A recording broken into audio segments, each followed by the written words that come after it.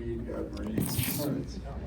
And we've got Joe Gibson, who again races all of his life, was working with Quantum until he decided to move on to the United States Naval Academy, where he's running the ships program there. And we've got, last but least, the New Zealander Mike Beasley, who's raced on Cayenne, who did the Revenue World record-breaking trip back in 2004. So he will be here to talk about preparing your boats if you're going to do offshore racing.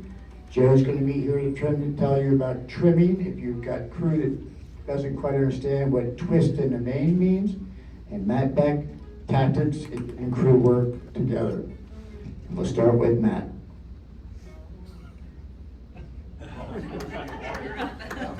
And yes, I'm sorry.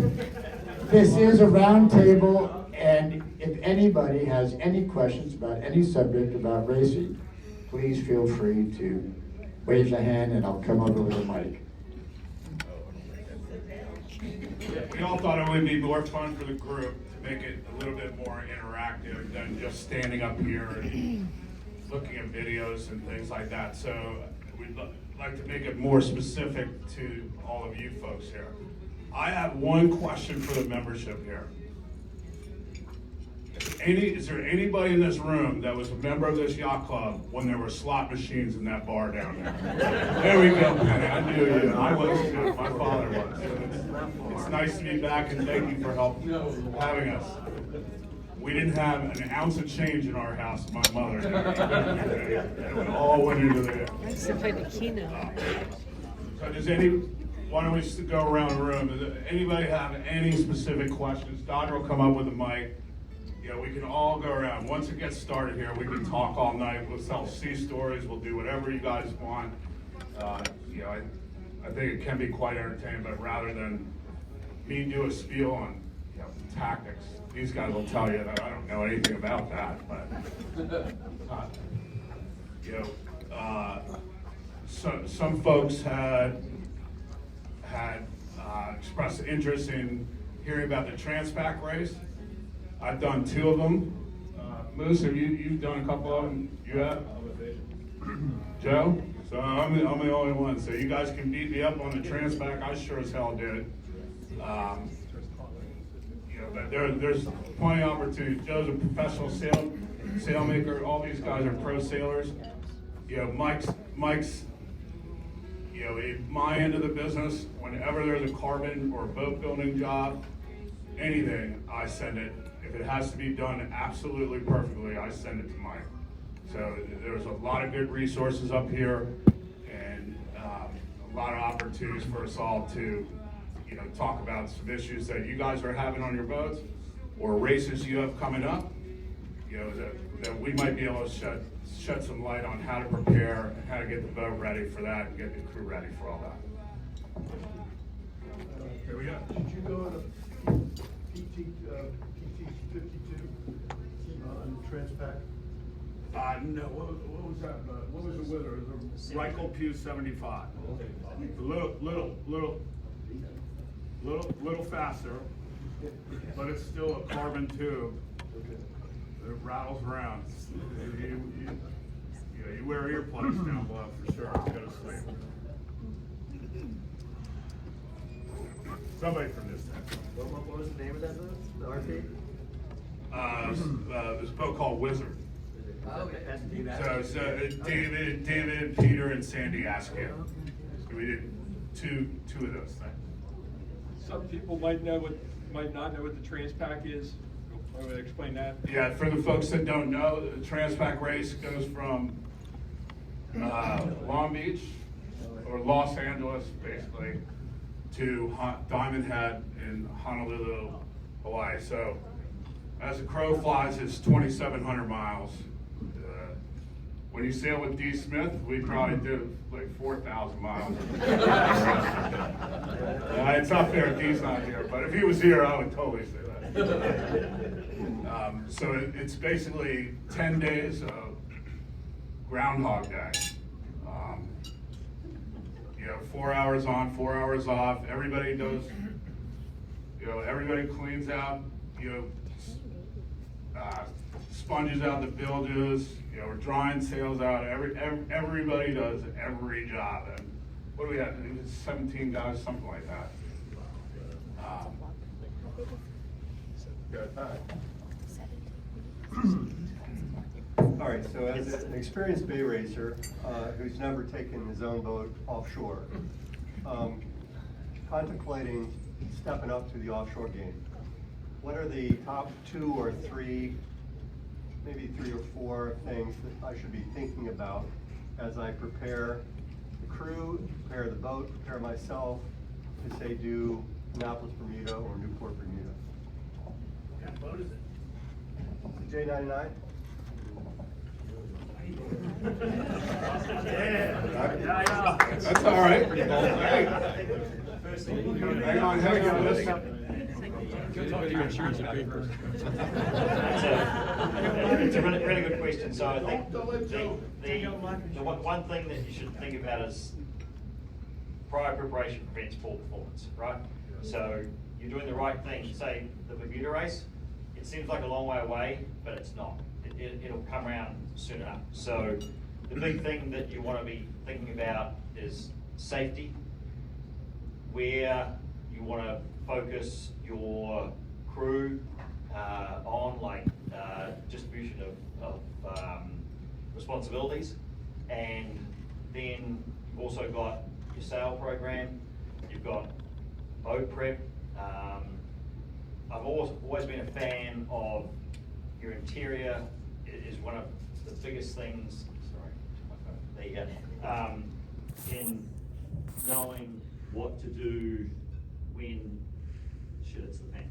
So there's a lot of things that involve, like Matt talks about this carbon tube, whether it's fiberglass or carbon, but one thing that is key is the organisation of the boat. And you know, the Sydney Hobart, there was obviously a couple of lives lost tragically. So there's an element of safety that is always paramount, and then there's organisation that starts happening today, and then as you get closer, there's pre-race preparation, taking everyone out. I know that Scott was talking about, depending on who your crew is, have what their experience is, and finding out what their expertise is. Particularly when we were on Cheyenne, there was one area where each person on the boat had their own responsibility.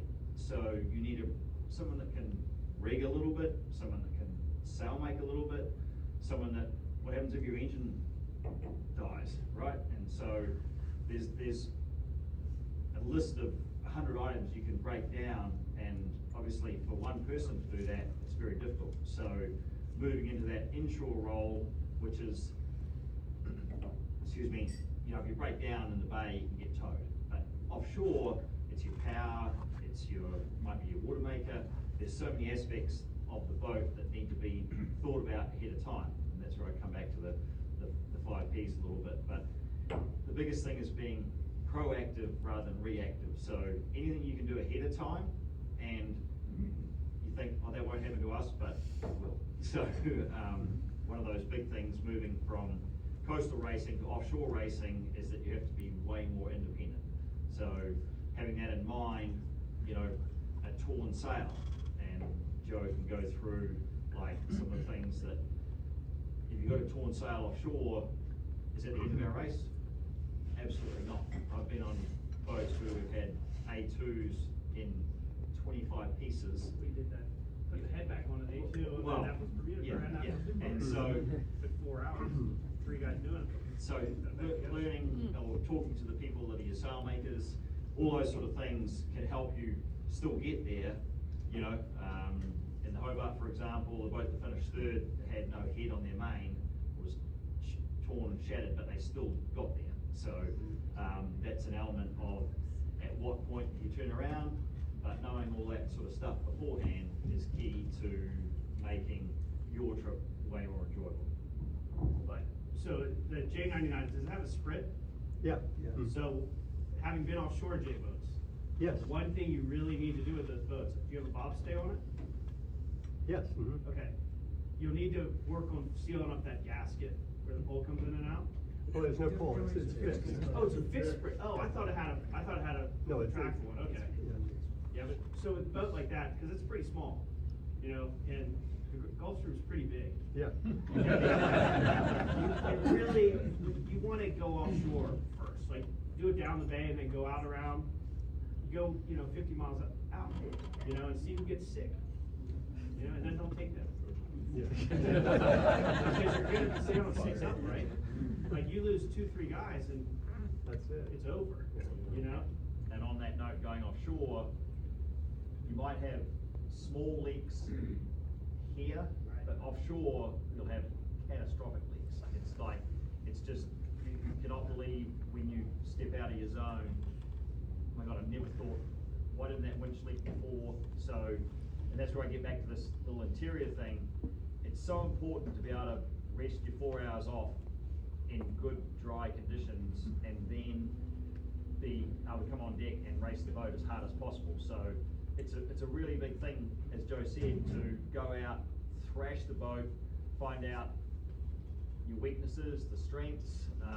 Chafe is a big thing on halyards. Your leads on your Genoa might be fine for windward lewards, but you might have to put extra pad eyes on the shear for outboard cheating. And it's amazing what you'll find out. And we did on SEB in 2000, we were based in Gothenburg in Sweden, and we just day sailed all day. We tested a lot of stuff. The first overnight race we did, the boat leaked. There was the sink didn't drain, just things you never thought of, right? So it's a really good point, as Joe said, to like go and do a partial real race, and it'll lead into the prior preparation thing where you eliminate so many of those things. Because imagine going out the bay, oh, we didn't realize our starboard tank, the pickup was on the wrong side or whatever, and so you've got to transfer. And filling up your boat. Yeah. Fuel vent, filling up your boat. So, Build a Dodger. yes. Small Dodger. Yep. I'm not that small. All right, thank you. Question there.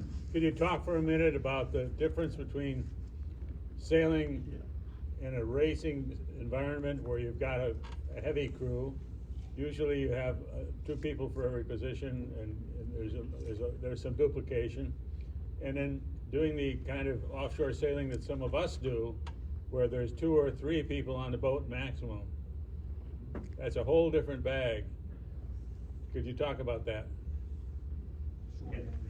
Absolutely. So I think with when you skim down your numbers, there's still the same responsibilities that come into play. There's safety, there's organisation, there's diesel, there's food, and all that. So what has to be probably done in that situation is where can we be more efficient, and that comes down to self-tailing winches. And we did a race around the North Island of New Zealand, 1,200 miles, double-handed. And fatigue is one thing that is the biggest thing that sets in with shorthand sailing. So managing your time, what we did was we slept during the day when it was easy for us to, a single-handed, one person or 2 people could do a maneuver. At night, on any sort of boat, it's much safer to have 2 people doing it. So that's one thing that we did it was safer, it was more efficient, and the boat was faster when everyone else is sleeping. Like, we passed so many boats at night because they were one up, they just had a jib up, they should have a jib and main up, and should have had spinnakers up, or tighten up sails. So that's something to think about. As much as we don't want to sleep during the day, it's something to think about offshore, because at night, that's when normally things go wrong. My wife and I had a rule that when we were doing a long passage, and some of our long passages were like over 55 hours, coming from Block Island all the way to Sassafras. When we're doing a long passage, whoever is not in charge is sleeping, unless we need you. Oh, 100%. Rest is, fatigue is what causes all problems as a rule, whether we're driving a car or sailing a boat, and it's just mismanagement of your brain, you know. And, I can do it later. Yeah. So, no, if you can manage fatigue, then it's a really good thing. So yeah. Questions? Anybody? Let's go to the back. Who's done down the Bay race? Anybody? Governor's Cup? Yeah. All right, Governor's Cup. So what was your biggest problem during the Governor's Cup? Boredom. Every once in a while. Have you got a we do get paper little and pencil? motivated, Yeah. As opposed to I got the a slow pen. beat down. You got something to write on? I need the That's, turning mark what is into it, the 70 shoulder. miles, man? 71 miles? Yeah, 70 miles. And that's, you know, you're definitely gonna switch over helms people and dropping a few down below. It's kind of a sprint for most of us, but a lot of people do get tired, get sleepy, and helmsmen need to be switched out relatively within an hour or two. Maximum. And usually drive, you know, it's just being awake, sharp, and waiting for daybreak to then struggle through the St. River. Anybody else do Annapolis Newport? And you've done it with just the three people, what kind of boat do you have? The Cal 40. Cal 40, oh, just like, That boat can win that race, win the Bermuda race. is that Nicole? I do. Yep. Okay. Crawford? I'm Campbell, but I Campbell? bought from Tad DuPont. Oh, okay, yeah. And it's still Nicole. Yeah, okay. I used to race over in Oxford when I was younger. You had.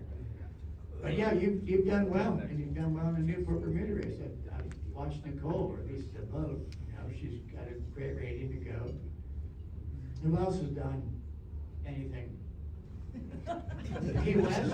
Any Key West sailors? Key West? What were we on? What was it? I can't remember. Tired of hearing that. Like a Cal 29? There's a website. And did you And it'll have fun? tell Did you you- do the feeder race? Going beyond the Yeah. bay is, I'll check it out. Anybody else? What do we got? Come on, you guys. All right, go on. I'll kind of double down on my first question a little bit. So maybe it's a sea story question, but when going offshore, you guys have done that a bit. So what are some of the biggest disasters that you've experienced or heard about? And what was the root cause? So I got good. Hold on a second. So, hold on, I'll give you one. We've got a lot of those. But last year's Newport Bermuda race, 3 boats sank. J120, a Swan, 48 I think it was, and another boat. And these, theory, you know, you're sailing close by with other people, that they did all get picked up by local, other racers who did come to their help. As they, I think the J lost a rudder, I think the Swan cracked at her forward keel portion, and I can't remember what the third one's issue was. But again, it's that was a brutal race. Apparently, it was pretty much a beat the whole way until it finally lightened up when they were. The boat that did sink one of them was within 80 miles of Bermuda. So again, safety comes in. Boat has a problem, and you've got your EPIRB, you've got your radios, and they were able to end with the AIS.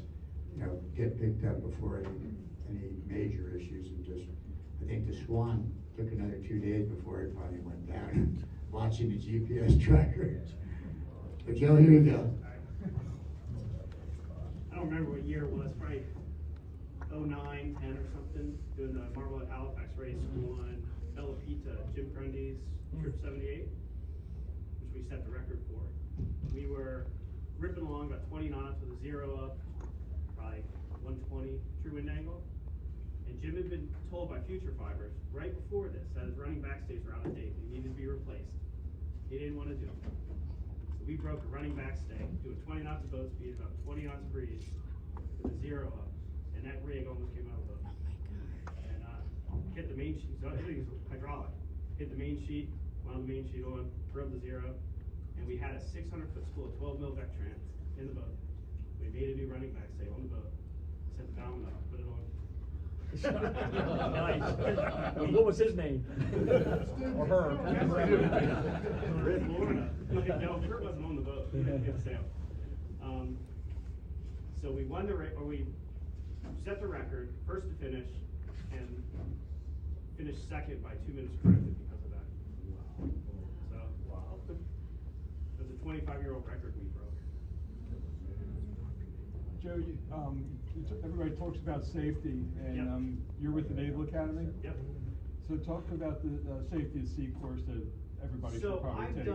I've taught the damage control part a couple times. So what we teach there is like what happens if you lose a rudder? What happens if your rig comes down? You know, and it's until you've had it happen. I've had 2 rigs come down, once on a 80-foot maxi and once on a 50-foot IMS boat. Both during the day. Both in kind of controlled situations, like in shallow water, not offshore. But I guess if a rig comes out, the first thing you gotta do is get it away. If you're offshore, you gotta cut it away. And what people don't realize is nitrotic rod is really hard to cut. That's And what you- I was gonna ask. What is your preferred equipment for Well, that? if you can afford it, you get hydraulic cutters, if it's in the budget. And they're about $5,000-6,000 bucks. Most of these guys are not. Right. The best way, get yourself a 18-volt Milwaukee grinder with a bunch of cutoff wheels, and you'll cut that stuff so quick. But the worst thing that can happen is you freak out, the rig comes down, you start the motor, right? Then you wrap everything in your prop, right? And then your side two. Your side two, and if it, with all the gear slamming against the bottom of the boat. Right. And you punch a hole in the bottom Right. of the boat. and so There's more problems. So one thing, and I'm not sure which ORC category it is for offshore sailing, is people don't think about is once that mast gets set on the keel, right? It needs to be attached in there, because if it breaks and it loses tension and it comes up, it starts spinning around inside the boat, right? It'll kill people. So on the Navy 44s, we have a big bolt that goes through. Some of the other boats have like a Vectran strop, which is hooked into the keel step through like a T-ball fitting in the mast. But there needs to be some kind of secondary attachment point in the boat for if the rig were to break and lose its tension, it doesn't hop off the step and start swinging around. That's one of the things that you can do if you've got a keel step mast is to, the manufacturer doesn't often bolt it to the damn thing. It's about a 20-minute job if you've got the right bolt and nut. Right. And you could save somebody's life that way. I think it's called a Bermuda bolt, but don't quote me on that. But there is a certain category, it's a requirement for certain races to do. And a lot of times I've seen it overlooked by inspections. They don't always call it. And on that note, equally as damaging is a rudder falling halfway out of the boat. Yeah. So We had that happen on Ramrod one time on a Solomon's race, I think it was. And a fifth of Mount Gay with a t-shirt wrapped around is the exact same size. So on the rudder note, like for offshore, again, no harm in dropping your rudder beforehand. And I know that new Jeffer bearings and JP3 is the same. They have 3 set screws in the upper bearing that just goes in. I personally don't like that. Nothing beats a through bolt attachment, just like we're talking about on the mast. So, you know, it's not going to take much. I've seen sharks hit rudders and those bolts, those set screws slide down, or the rudder slides down. So, again, it's one of those things where, it may never happen, but it does, and then you've got this rudder that's half out of the boat. It'll drop down onto the quadrant, and then you've got this uncontrollable thing just wrecking the boat. And you've got this hole in the boat this big, and the only way to do it is get the quadrant off and push it through, but that's that's a great concept in theory, but when you're taking on 100 gallons of water a minute, then it's not feasible. So again, a simple through bolt mechanism through the upper bearing, through the stock is fail safe, you know, so. Well, back to, you know, rigging failures and things like that. You need to be prepared to cut that mast away, right? If you're inshore, you wanna save it, right? If it's calm, because it's really expensive, you can put them back together, they're broken, right? But offshore, you get, make sure you can cut the halyards. You know, some of these halyards are hard to cut. If you got a dull knife, you're not cutting them, you know? These are 12 mil Beck thread, you're not cutting them with a knife. Well, if you got furlers too, and the rig's Furlers. going over, you Yeah. can't get that furler up enough to Yeah. pull the pin and dump it. And another thing too is, I don't know, I know for City of Hobart, some of the bigger offshore races, you need 2 points of articulation in your shroud attachment. So if the rig were to fall over, you're not loading that shroud. So it has to be able to go 90 either way, right? Because when we lost a rig on Falcon, whatever the Falcon was, 2000. Falcon 2000, those shrouds terminated inside the boat. They were flush on deck. And when those things went, we had to tie them off, because they were, yeah, they're rod that's almost an inch in diameter, and they were scared to cut that loose, you know? And then you have hydraulic fluid everywhere and shattered carbon. I have a question, just after that Sydney Hobart race and some of our own experience, what's your preferred method of boom preventer for retaining? You know, Well, so, I mean, everybody's got different ideas. So the Navy 44s have preventers built into them, so they're actually run inside the boom. They're a big aluminum ship, and they clip to it. Those boats have big tow rails. So they clip to a tow rail and go to a winch. They're fail safe. Does it go to the end of the boom, or? It goes to the end of the boom. Goes to the end Yeah, of the chute. goes to the end of the boom, comes out next to the reef lines, at the front end of the boom, and back to the turning box to winches in the cockpit. Typically, I've never sailed with a preventer, because most we sail, we don't sail that low. You know, you never sail that low. We ran into a situation this past early fall, whereas the, Naval Academy raced to Oxford, ended up in Cambridge. First, there was that big squall that came in on the chop tank. Oh, yeah, I know all about that. Were you there? No, I saw the carnage afterwards. Yeah, okay, yeah, we all had some carnage. Yeah. And from that, one of, our club boats ended up with a boom that, you know, broke in half. Trying to look at various options for preventers when you've got big rollers coming from your stern and, you know, 30 knot breeze. If you could speak to that, that'd be really helpful. It's kind of an individual thing to the boat. You know, how's the main sheet attached? You know, is the boom strong enough you can put a pad eye in it? I don't even know if a pad eye would hold a preventer. There's, I guess, different ways. If there's a strop for the main sheet, you probably put a preventer there. I guess the biggest thing is don't sail deep in big breeze. Yeah, I think Just don't ever get near 170. Stay at 160. I mean, 150. Yeah.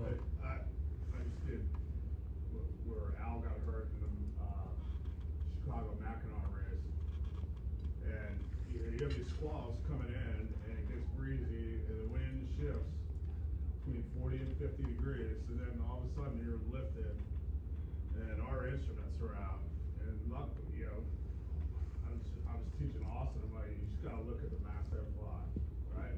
Masthead fly's pointing behind you, and it's blowing 30, it's pointing straight at the transom, that's bad. Because what's gonna happen is boat's gonna start rolling, and then you're gonna what we call Chinese jive out, and the boom's gonna come over. So I always tell everybody, yeah, you're gonna get a squall, wind's gonna shift. There's plenty of websites where you look at it. You know, squall comes in, pushes the breeze out. You know, it's gonna lift you depending on where you are. But as long as you're looking at the masthead fly, and just making sure it's not pointed back, that it's pointed at an angle. everyone's got the Windex Yeah, indicators, those right? two Don't arrows have at the the top arrow there. inside those, that way you're gonna be sailing at about 150 true wind angle. And the other thing in that situation where you do get a squall, there's no harm in saving the boat doing what we call a granny tap. So don't try, cause. Chicken jive.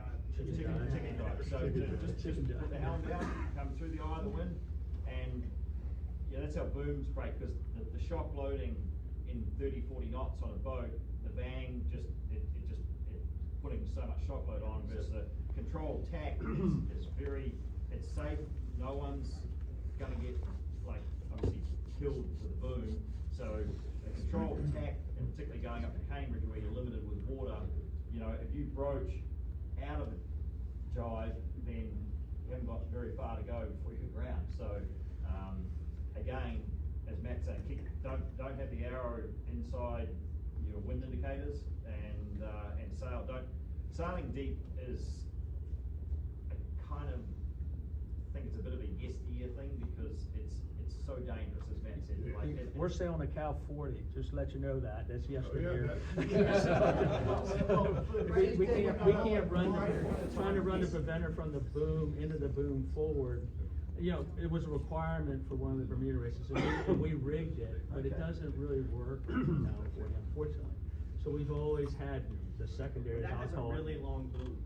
Yeah, it is. It's 16 and a half feet long. It's a real low aspect rig. Yeah, it's an unusual. So we've always had a midship preventer. It's a big saddle that we wrap around the like a boom diaper, right? Yeah, trying to make sure we try not to fold the thing, you know. It's like, And the shape of that thing, you know, like a lot of the things we're talking about are maxi slides. I know you are. I know. It's a From here different to the program. door over there.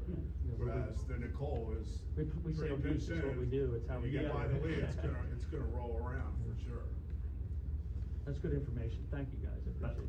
But polyester line, and probably at a point where 8 millimeters on a line like that, where it actually does break, rather than, you know, it's Break got. the boom. We've got it set up so you can cut it if you need to. I mean, we have it rigged. There's a knife right there, Yeah. within 2 feet of it. Yeah. If you need to go slash it to get it loose, we're ready to cut it, let it go. You had your hand up a minute ago? I did. Yeah. Yeah, so, back to the boom shock problem in breeze. So on small boats, sometimes we pull the boom in so that when we jive through, there's no big swing of the boom. Gotta be prepared to let it back out quickly, but do you see a problem doing that sort of thing in a big boat? No. So if you're well.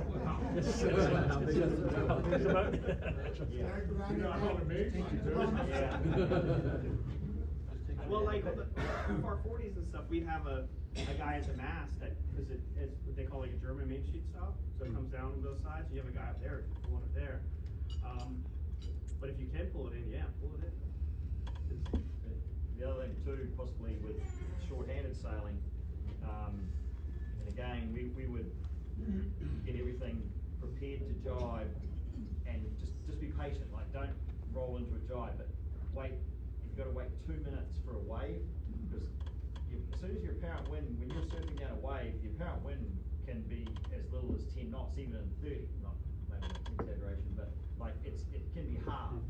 So if you have a situation where everyone's ready, and the other thing, if you're short-handed, we used to put 2 wraps, take it out of the self-tailor, right, and just put 2 wraps on the drum, right? It's still holding it, but as it comes through, it still doesn't get to the middle and go bang, it actually, the winch feeds out on its own.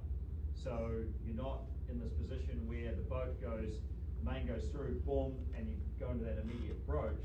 It actually starts easing out. And if you've got fully crewed, you can have someone on the main sheet. But from a shock loading standpoint, it eases that. But apparent wind down a big wave, you can stand by, here we go, here's a good one, guys. 3, 2, 1, somebody can winding it in, turn the boat, and you're still surfing down the wave, goes out, and you're just on your way, and there's no rudder load, no boat load, and you carry on your way. And, you can, it's a Cal 40, you can do that in any boat, you know, and so even a small wave will help unload the boat a little bit. The other thing I was gonna bring up, you know, about squall situations and stuff like that. Sometimes it's not the worst idea, if you know it's gonna get windy, or you got a squall come in, you got a spinnaker up, to just pull the heavier jib out, plug it into the headstay. A lot of times when the wind comes up, you can sail with that jib flapping around up there, and it's not a problem, but when the kite comes down and you wipe out, which is probably gonna happen, it happens to all of us when the squall comes in, the jib allows you to get the bow down.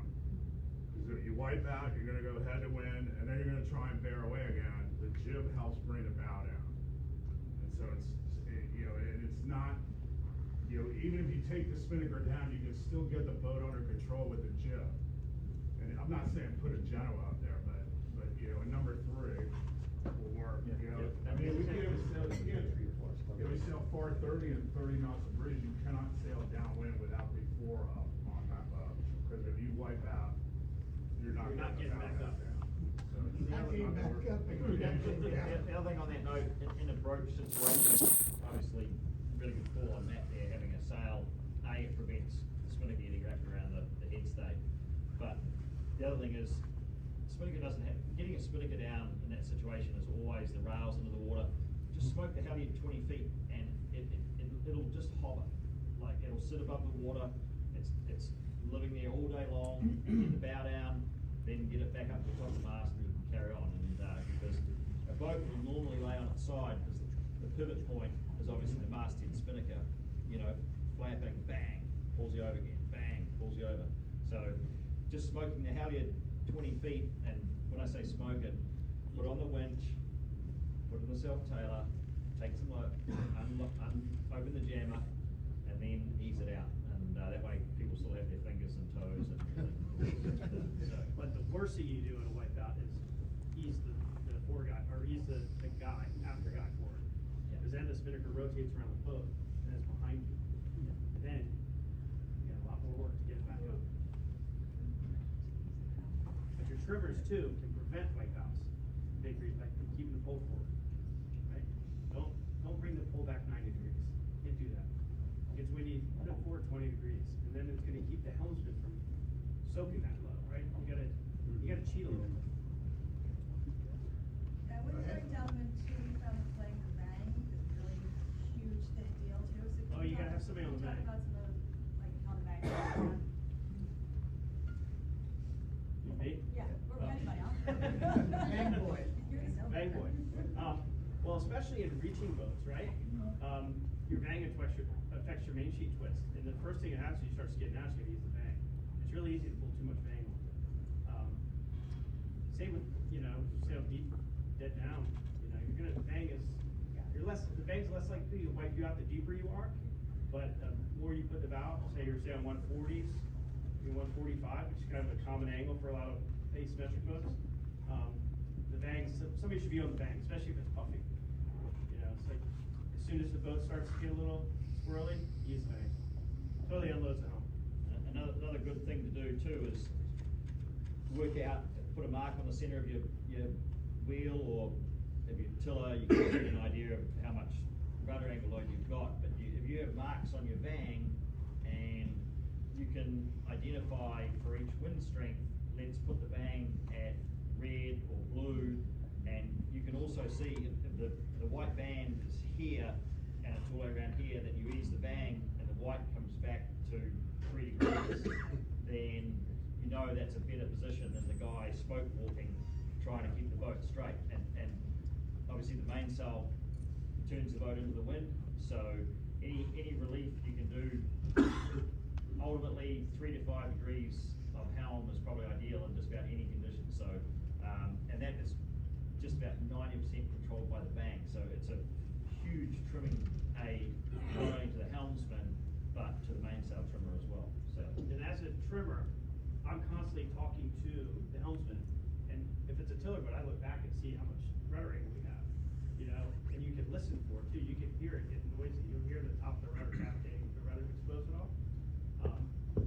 And that's a good indication. If you're reaching, you got a zero or a spinnaker or even a Genoa, and you see a lot of rudder angle, I mean like 3-4 degrees of rudder angle, that's too much. It's like, ideally, we were sailing 52s, we would go through these performance meetings where they would harp on us to try and get rid of a half a degree of rudder angle. We're saying, you sailed all day with 1.3 degrees, we need to get it to 0.7. It's like, okay. Yeah. Just- Suck less, that's what they said. Just a question about lightning. We do a lot of Wednesday night racing out here in Miles River. Yeah. A lot of times it's 5, 7 knots of wind. What are your sail settings? What are your best sail settings going downwind and those kind of conditions? What kind of boat? I have a CNC 115 is mine. What kind of sails you have? Like, you would probably be in a 1.5 spinnaker, right? An A1.5, those are It's a asymmetric, right? 105 spin. Oh, the spinnaker is like an R2 and R3. Okay, so. Doesn't go, right? You haven't sailed one of those? They're pretty narrow, right? Yeah. It's that narrow, right? That's Ollie had one, right? It'd be hard to say. I'd say the biggest thing you could do is try and find the widest part of the boat and get it out of the water, right? If you're wide in the stern, with weight forward, you know? You want a quiet weight behind you. And just push it, see how deep you can go. I mean, you might be able to find, like, you know, pullers for the boat and see what they say. You've got stations or you've got full? ASMs with I put a spread on it. Yeah. And like, in terms of setting the main, do you ease it or do you keep it tight? Or how do you adjust the main? Well, I would say if Those you're kind of sailing conditions? typically at 5 to 7 knots of wind, Yeah. there'd be no point where you would be sailing east. Right. With an asymmetric, right? So your main would never really be east. So you keep the main tight. Yeah, like. It's gonna be, basically, the rule of thumb is push it out as far as you can until it starts to luff with the flow, the sail flow coming through. So, obviously you don't want it in the middle of the boat downwind, but you wanna match the profile of the spinnaker. So, if you're sailing at 150, then you don't want an air brake pushing it too far out. So it will backwind at that point, so it'll be you'll see it, it'll tell you itself. But the other thing too is bag that thing up as much as you can. Limit your halyard, no cutting in, outhaul as ease, because you think of what's on the front of the boat, it's a sail that looks like that, right? So your main should look something similar. Right, if so- you were behind the boat, you'd wanna see both leeches kind of as close as you can get them to each other, right? So you're twisting your main, you want it to match the leech profile of your spinnaker. And I think as a main trimmer, my number one setting, you know, after we do the alcohol, Cunningham, backstay, all that good stuff, is getting the bang tension right. And I kinda like to pull on the main sheet, just, you know, and maybe not, you know, when it's lighter, but I just like to pull on it and just watch the top batten just open slightly. And then I know, you know, and then as the wind comes up, obviously, more bang tension is needed, but the bang is, and, you know, as you sail more Wednesday nights, you know, it's like, wow, we were really fast at that bang, put a mark on it. You know, that way it's repeatable, and you can come back to it, as opposed to having to eyeball it, you know, 40 feet up in the air. So, I sail over in Cambridge, same conditions as we have over here, 5, 7 miles an hour. I got a 26-foot boat, and I don't have a spinnaker. But, so my question is, I do all the things that you're talking about, putting the weight forward, losing out everything, getting the outhaul out, so get everything kind of pocket.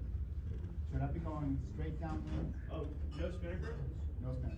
Yeah. Wing on wing. Wing So, on wing. so that's what I'm We do. doing. Cross wing. All right, that's what I'm doing. What kind of boat? It's a landing school 26. So does that have inline spreaders or swept-back spreaders? It's in mine. Yeah. You have a Genoa's?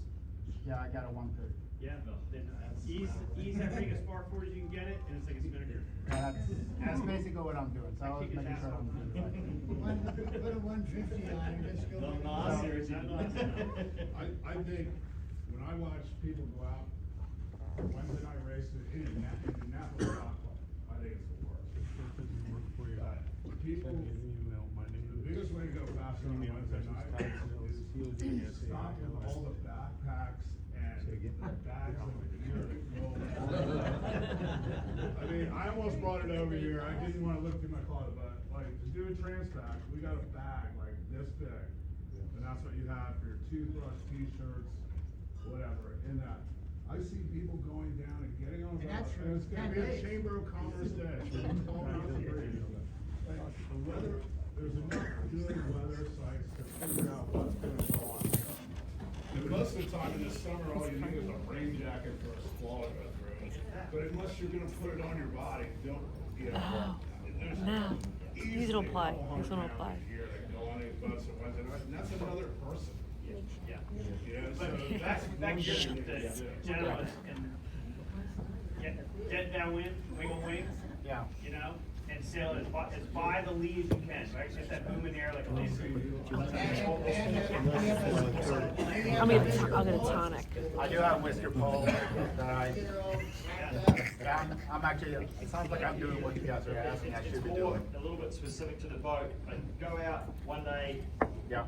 I think 5 knots will probably be like your bottom end of going wing and wing, and you might find like with everyone forward and to leeward, and the sails literally, gravity's holding them there, you'll get attachment because, and to know that it's like, just fills every now and again, it's not as fast as having attachment, so. Yeah, that's what I'm getting. It's a little different for each boat, but like, at, say at 6 knots, if you know what 6 knots is, I'm sure it would sorry, from wind instruments, I know you know what 6 knots is, but like from a wind instrument perspective, if it fills, then Right. send it straight down the line, but at 5, it might collapse, it might just be better going Yeah. across the wind. Yeah, we spent a lot of time making sure The that general people. rule, the jib crew's coming into the boat. Yeah. Then it's time to flip it to that side Yeah. and start sailing. Right? So the other thing too is I need new sails. I'm at our deck run 5.5, something like that, I think we are. And it seems like it's too heavy. So. Well, Dacron's probably twice the weight of an Arrowman sail as Right. well, so it's gonna make it a Yeah, little bit tricky. yeah, listen, Into keeps lighter reading, weight. and so I guess I'm not saying fast. Yeah. Well, all the sailors are run by the same people now, so. Yeah. Same factor. Anyone else, what do we got out there? Sail trim, dirty bottoms. Maybe we can talk about sail trim a little bit more, about what are the common mistakes that people do that you see out of Annapolis and wherever you also sailing, and I mean, what do we need to be thinking about? I don't think there's any commonalities and errors people make. People do All all of them. kinds of wrong. I mean, it's over trimmed or under trimmed, or leads too far forward or too back, too much travel or too little travel. You know, those things move for a reason. Yeah. Job is to figure out where they should be for the given conditions. Where the boat.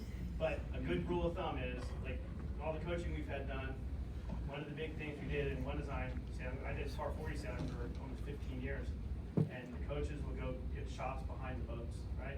As dead astern as you can get, and you look at leach profiles, matching leach profiles, you know, for conditions, because you never want your main tighter than your jib, or your jib's too tight, washing your main out. You know, if your main's tighter and your jib isn't, then you're not pointing. You know, it's helpful to have somebody off the lift for one. But I know that's not real possibilities for a lot of people, but you got another boat to follow you around. I think another easy thing with modern cameras too is just a simple thing is back detention, because when you look up a sail from 2 degrees, you really don't have a really good perspective of it. And Joe and I have done a bunch of sailing and coaching on the par 40s, and we're like, we have good back detention, we're like, yeah, it looks great. Take a picture off the boat, and it's like, wow, they're just about all through loops a lot of the time. And obviously, the sail is designed as a perfect profile, like an aeroplane wing. So if you have all these corrugations in it, it's taking a lot more energy for the air to get over it, and that's not the wing profile that the sailmakers have designed. So it's important that the sail is projected in the manner that it was designed. So if you can, obviously you don't want, the worst thing is too tight, but there is a time when they're perfect. And I know you guys probably aren't going to come in and let them off each night, but ultimately it's better to have them set right for a greater part of the season. And the back pockets will soften and stretch over time, but it's one thing, it's a very easy, in iPhone world now, we can get Dodger to take a picture of us and just have a look at it. So, you know, if you're looking at getting new sail, not for you to know, but for a mainsail, you know, and all those little things, the corrugations aren't fast at the end of the day. So it's a little thing that adds up to a lot during the course of the day, and how many races that we were lost by 2 or 3 or 10 seconds. One thing I can say is very common, you see, and it's one of the easiest things to fix, is tire retention. I mean, I would say 75% of the boats I see out there don't have their mains all the way up. Most of them don't have the dental habit. And it's very easy to mark those things. Like in the world of pro sailing, everything has a mark on it. Like you can't have too many marks. Everything has marks on it. They have a notebook of what's fast and what's not. But a good one, I think, best one for jib hire marks is a scale on the side of the mast. We just use different colors, like stripes, you know, a full rainbow stripes, because the luff lengths are different between the sails. A number 3 is shorter than a number 1, you know, because there's a stretch allowance built into it. And your head stays shorter typically in bigger breeds, right? Let's say on a FAR 40, your head stay will be 40 millimeters shorter with the number 3 up than it will be with a light jib up. So your halyard's in a different spot. So it'll be one whipping on a halyard with a bunch of marks on the side of the mast. And anybody can do that, and it costs nothing. And as you can know, it should never be looser than this. It's a really easy thing, it takes 5 seconds to do it. And all the crews are aware of it too, so even the pit guy might like have hit the rail, but the trimmer's coming back in, and I can say to Joe, if I'm doing the main, like we're too soft on the jib halyard because I can see, everyone can see it because it's on the side of the mast, so just do half a lap and everything's set, you know. But those are things, that's a free thing. And it's, you know, and having a main hat down is hard. If the main doesn't set up right, if the halyard's 3 inches shot, it's gotta be all the way up. Yep, what do we got back there? Just wondered if you can highlight any differences between racing offshore as far as sail trim strategy, like with the local bay racing style? Well, yeah, I mean, so typically offshore, you're not gonna have, say, a 40-foot boat with 10 crew, you're not gonna have 7 of those guys hiking, right? So you're gonna go to a smaller sail sooner, right? You probably won't, if you're talking, say you're sailing upwind and you're 100% trim in a Wimber Leeward thing, you're never gonna be 100% trim, right? You're gonna be a little wider, a little more forgiving, so it's not fatiguing the helmsman. So typically you're gonna sail a little sheets cracked more offshore, and maybe swap reef earlier, swap head sail spinnaker sooner, because there's just not as many people. You don't have the ready moment because you got guys downstairs. Another contributing factor too offshore is sea state. So, you know, your polars might say upwind, you know, FAR 40, just referring back to that because we've got so much data on them, but it might say 42 degrees true wind angle, whereas offshore, and you don't have 8 people on the rail, you'll be at 46 or 48 degrees true wind angle just to get through the chop. So, you know, if you go high and slow, it'll take you a long time to get to Bermuda versus keeping the boat rolling. Again, you've got people on the rail. It's all about rumble in the jungle offshore, and the same, probably downwind, downwind on flat water, it's very easy to sail 150 offshore, and quite often you'll never have a following sea, you'll have an adverse sea state from starboard bow or port bow, and so again, you'll sail quite different. So it's very important to not be too mindset on the numbers as opposed to just keeping the boat speeds probably as critical as anything offshore, and forgiveness with, sometimes you're not going to have a jib trimmer that's easy to jib through every wave, so forgiveness of the setup's going to be a little different, as Joe said. Boat speed is such a key element of being offshore. And the other thing I'll add to that is I see a lot of newer offshore sailors, wind shifts. Say you've been jib reaching along, the wind comes behind, now you gotta get a spinnaker up. And the common mistake is bearing the boat off, to the compass course, whereas sailing the angle of the sail that you have up until the next sail is ready gets you on the new sail faster, as opposed to bearing off with the jib Or, you know, if you got an A2 up and you gotta go to the A3 because the wind's coming ahead, just sail the A2 to the correct angle, and you're gonna get on that A3 quicker. You're gonna sail deeper, and then you're gonna be able to come up on that sail. So it's always sail the angle, what did I say? Sail the angle of the sail you have up before you change. And on that note, back in the day when we used to smoke, we'd all say, just give it a Paul Mull break, so we'd have a cigarette, and George just did us. And honestly, like, the wind will go ahead in a little bit of a rain squall, and then it'll lift straight after 5 minutes later, and if you, like, on a bigger and bigger boat, you can't do sail change. It takes 20 or 30 minutes to do a sail change, so, and if you need that sail back up, you've lost an hour on the racetrack with 20 guys or 10 guys trying to do a sail change. So, like, doing the sail change immediately is not necessarily the best thing. Obviously, it's a 50-degree wind shift in a squall, then you don't want the spinnaker going up at 15 knots to the eastern shore or something. But just when you do get out truly offshore, it's one of those things like, again, just don't panic. Get the other sail up, plug it in. Are we still low? Yes. We've finished the formal. Okay, let's go into the sail change. So, panicking offshore can lead to more mistakes, and so especially at night. Yeah.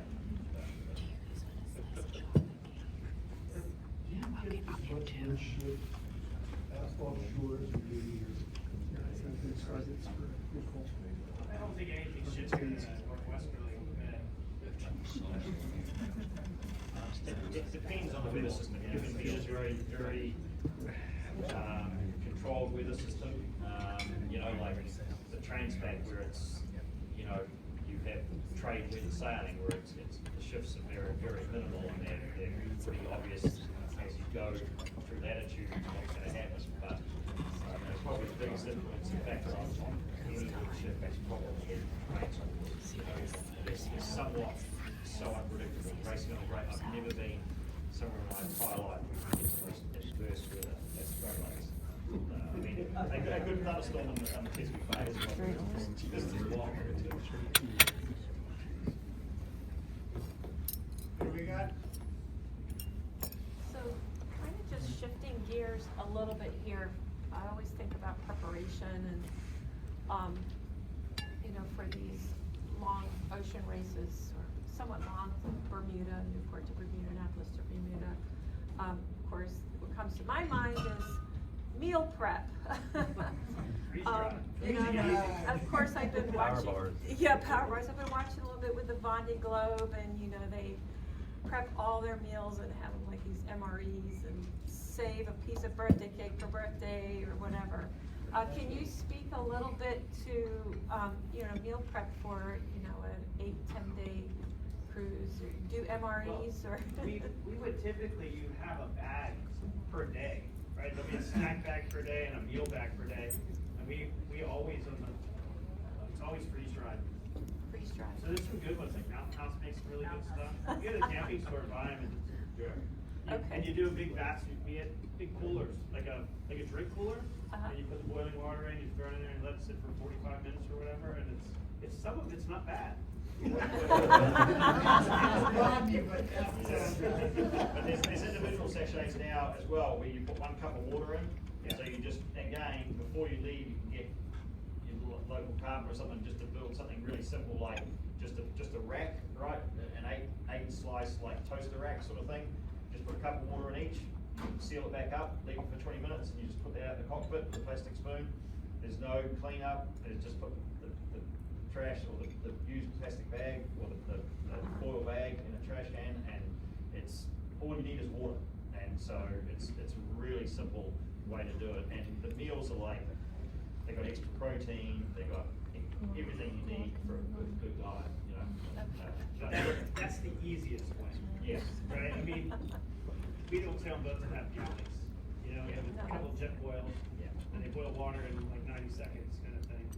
Gotcha. Just I'm wondering. gonna ask about that. What is it, a jet? Jet boil. Jet boil. Yeah. It's a camping Oh, just a little camp Yeah, it's a stove? little camping, it's screw in little.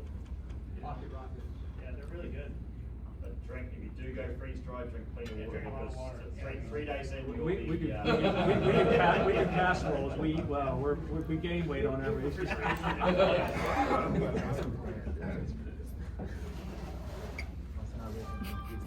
What else we have out there? on that food, like maybe just the other thing too is, back again, yeah, Sweets. inshore is always very controlled environment, and it's amazing how many people get sick very quickly as soon as you get into offshore. So it's important to keep the simplicity, like it's great, oh, we're gonna have lasagna, it's gonna be heated in the oven for 45 minutes, then it's gotta go on plates and all that. So it's important that you have options. Obviously, the lasagna can sit in the fridge or whatever, but everyone. When it's not 140. Exactly, and fuel is the most important thing we all need, and you start, again, getting fatigued and getting tired, you're not racing the boat, you just, the whole mode goes down a level and you just get worse and worse. So again, simple snack food, simple freeze-dried, and you don't even have to eat the freeze-dried if you don't like it, but it is a very easy way. The jet boil takes 90 seconds, you've got boiling water, so simplicity is key, not only the snack food, because Matt and I have driven 4, 6, 8 hours and you're exhausted, but if you have, a Cliff Bar or something you can just have in your pocket or your jacket pocket, you can eat that and you don't have to worry about the galley working. So it's really important that you keep an element of simplicity about it. You might, Annapolis, Newport, you might have a beautiful run out the bay and then you've got a northerly for 3 days, and that's when it gets difficult, everyone gets tired, and so really important just to have that area of the boat, as simple as possible. Thank you. I also found too that water just doesn't do it anymore. You have to have electrolytes. You have to have a Gatorade or a liquid IV or something like Really that. good point. Yep. Because water just goes right through you after a couple of days. and Yep, no, that's then you just don't get hydrated. again, something that keeps the body going in. It has nothing to do with sailing, but I saw today that the firefighters are saying, please don't give us snacks. Give us high protein, give us food, and sailors need the same thing. They don't need snacks. They need protein and energy food. I thought it was very, much the same thing. I think anything that provides real sustenance rather than, Rather than Doritos. Yeah. Even a PB&J. Yeah. We used to feel guilty for giving our kids PBJs. Now that everything they're great.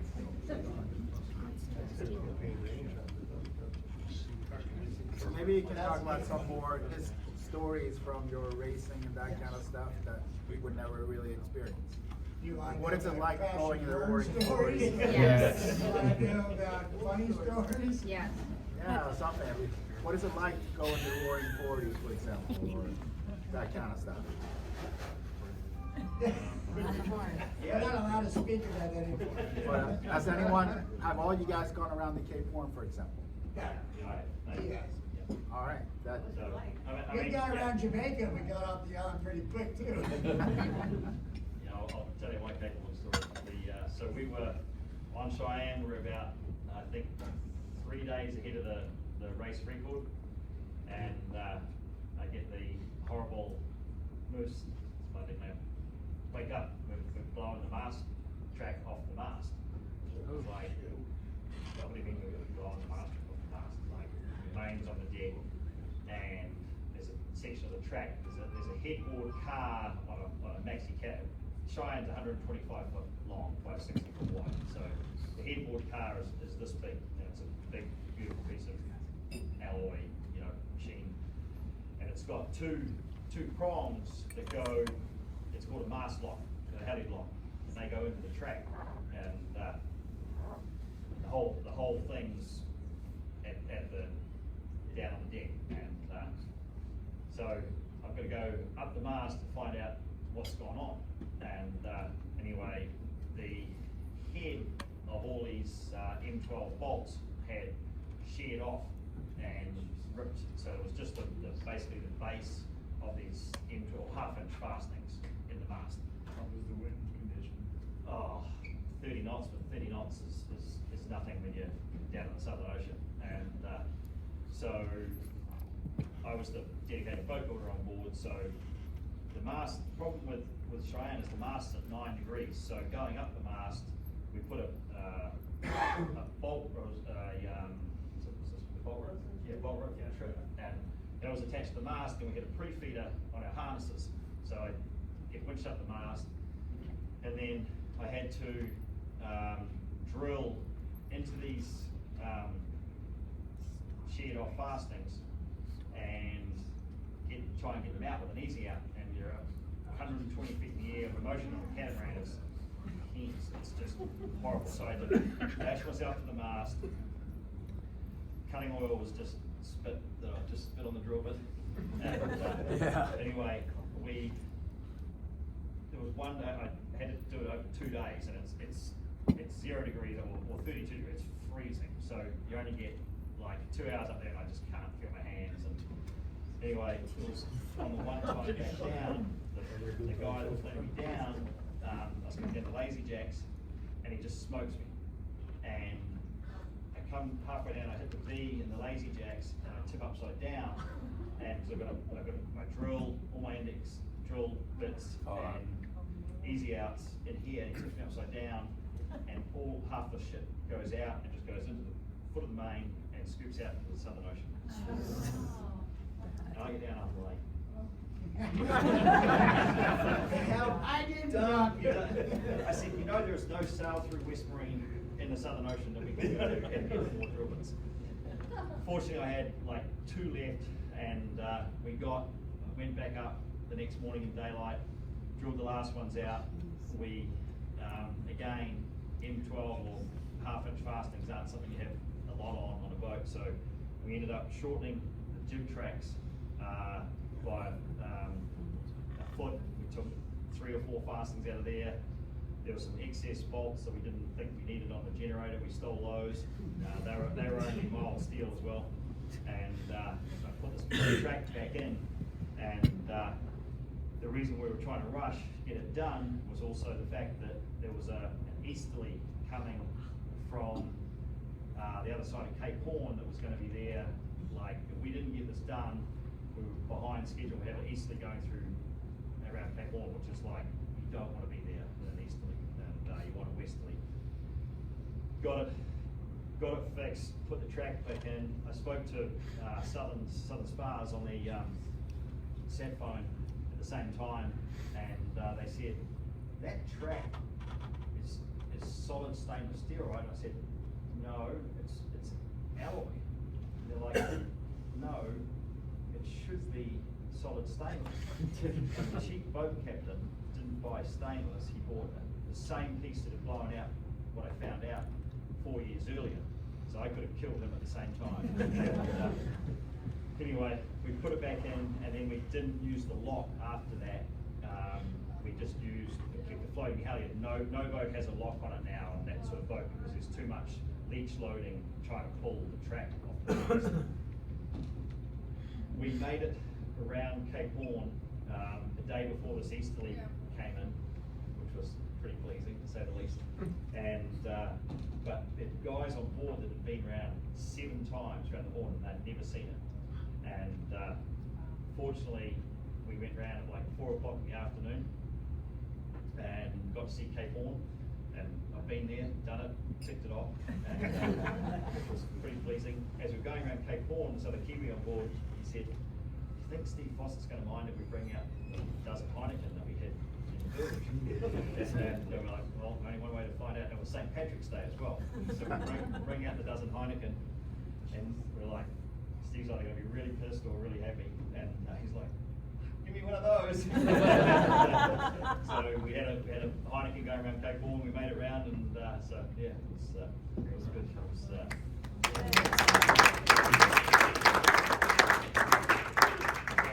You got more stories than me. Tell us a 540 story.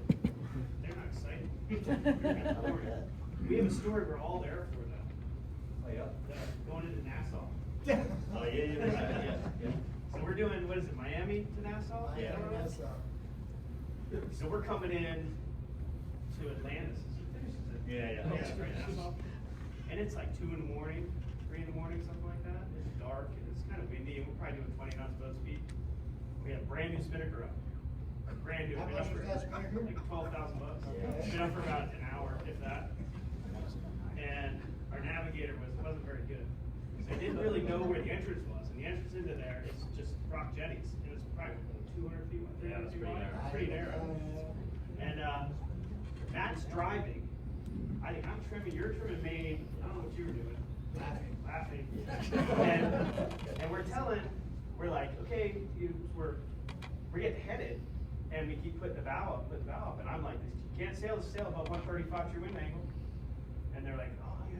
So Matt hands the helm over to the owner. He's like, Mike, would you like to finish the race? Okay.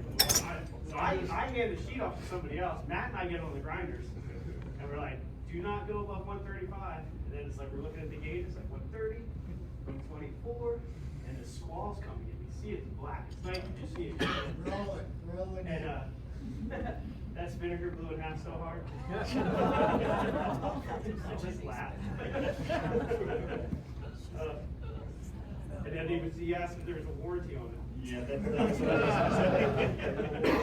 No warranty on that. We told you what not to do, and you did it. So that was a 168-mile race that cost the owner, I think, was $45,000. Between paying us to play and airfare and getting the boat down there and getting new sails and everything else. And then destroying a brand new one. And destroyed it. And then Matt Beck's got a bigger number on sailing on the Wizard. How much was that? Well, I mean, we broke something every day on that. 18 people on the boat? Was that your crew, 18, or was it less? 17 or 18, I don't know how far to it, but, I mean, we did break a runner in the Palm Beach race, and that was, we actually finished. We learned how to reef the mainsail like that. The only way, what did we broke? We broke the port runner, so we had to wind on the starboard runner, and that, you know, I duck hunt over here a lot, and that was louder than any shotgun blast. And What was it PBO or was it yeah, and so we had to wind up starboard runner, so we had to sail reef, port tack, and then we tack over on the starboard, and then we'd have to hoist the main out, and we sailed 30 miles or whatever it was, upwind and 25 knots. I was the insurance agent on the boat that day. It was a lot different than being a sailmaker. But when you did the Transpac, you had a good run on that. Doing Transpac when you guys were ripping? I mean, the scariest thing in a Transpac is after the tsunamis had hit the other side. Some floating stuff, huh? Dude, I mean, we're ripping across going 25 knots, and there's a house floating in the water. And that's daylight. Right? Like, what's gonna happen tonight? We had to stop a lot. We had a lot of stuff around the keel after us. How'd you get off? Back up? No. How'd you get off? Dive? Scuba Steve off the bow. Yeah. And he could jump off 80 feet away from me, and I'd pick him up back here. I think Penny wants to. I think we have. Well, I think. Yeah, she's not. Unless there are other questions, I think these guys have been so entertaining. I personally have cruised a couple of sailboats, and I have only raced on a log canoe. It's the only boat I've ever raced on was a Chesterfield log canoe, so.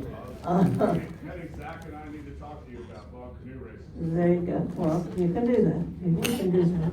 Anyway, you four were wonderful. We really enjoyed it, and we appreciated your answers, and it sounds exciting, and at my age, I am not interested.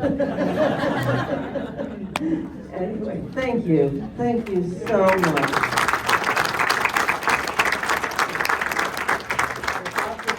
There's lots of chocolate cake left over. Please help yourself. The bar is still open. Yeah, enjoy. Thank you.